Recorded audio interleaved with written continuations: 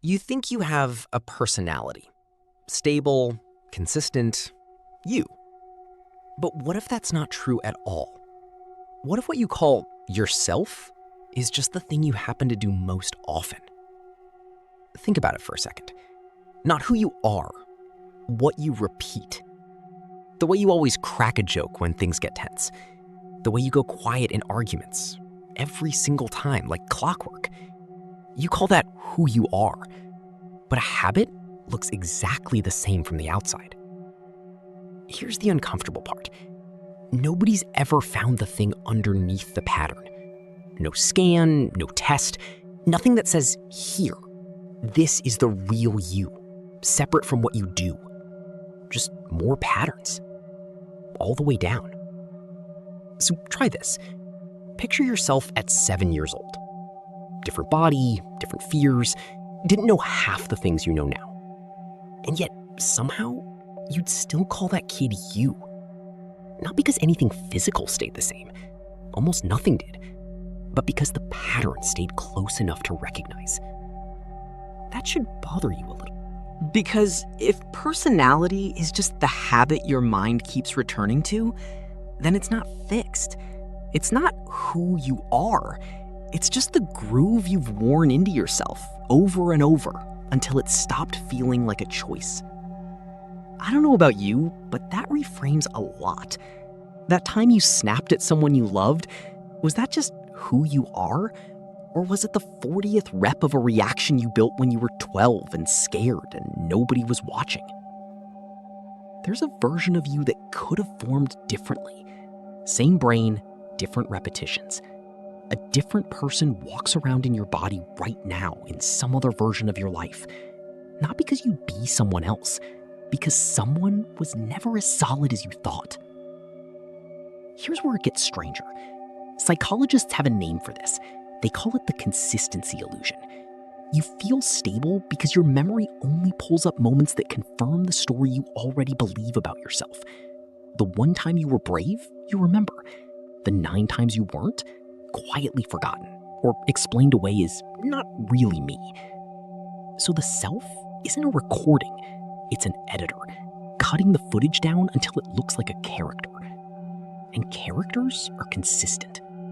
People aren't. Sit with that for a second. The fact that your memory has been quietly lying to you your whole life just to keep the story of you from falling apart. Now, let's go further than that. Because habits don't just describe behavior. They describe thresholds. The exact amount of frustration it takes before you snap. The exact amount of silence before you fill it with a joke. You didn't choose those thresholds.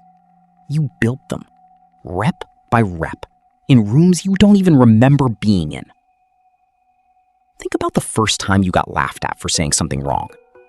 You don't remember it, but some part of you filed it away. This is dangerous. Don't do that again. And quietly adjusted the threshold for how much you speak up in a room. That adjustment is still running. Right now. In this exact moment. In whatever room you're in. That's the part that gets me. You're not reacting to today. You're reacting to a rule written by a version of you that's been gone for 20 years. So here's a question worth sitting with. If you moved to a different country tomorrow, no history, nobody who knew the old you, how much of you would actually survive the trip? Some of it would. The habits wired deep. How you handle stress. How you process fear. The stuff repeated thousands of times. Those don't erase easily. But the surface? The jokes, the opinions, the way you dress, the way you talk about yourself at parties, that's softer than you think.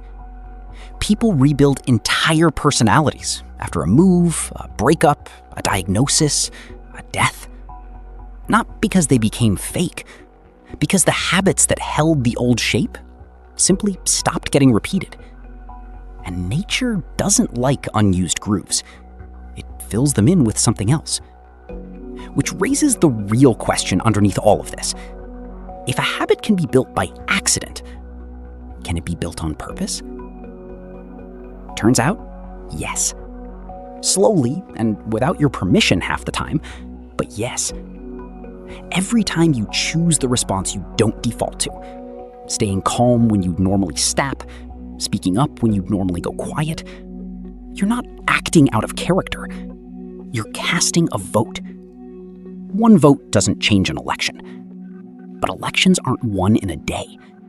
They're won one boring, repeated vote at a time, until the old outcome doesn't have the numbers anymore. Here's what nobody tells you about that process, though.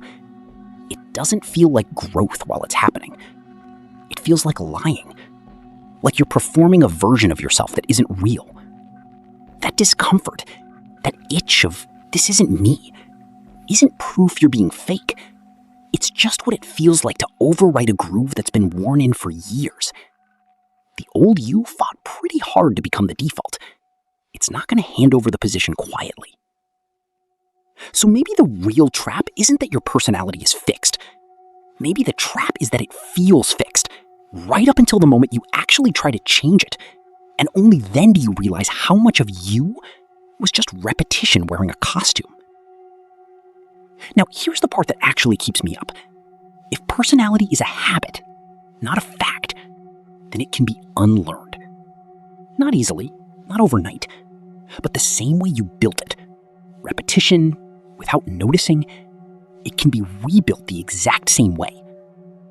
Which means the version of you that feels permanent, feels like bedrock, feels like just how I am, is actually one of the more changeable things about you. Isn't that strange? We treat personality like it's the one fixed point in a chaotic life. I've always been like this. But you weren't always anything. You were 7, doing something else entirely, being someone the current you barely recognizes. You were someone else at 17, too. And whoever you are at 50 will look back at right now the same way, like a stranger wearing your face, doing things out of habits that felt permanent and won't. Maybe that's not depressing. Maybe that's the only real freedom you get. Because if you're not a fixed thing, if you're a pattern that's still being written, one repetition at a time, then the next thing you do, right now, today, actually counts.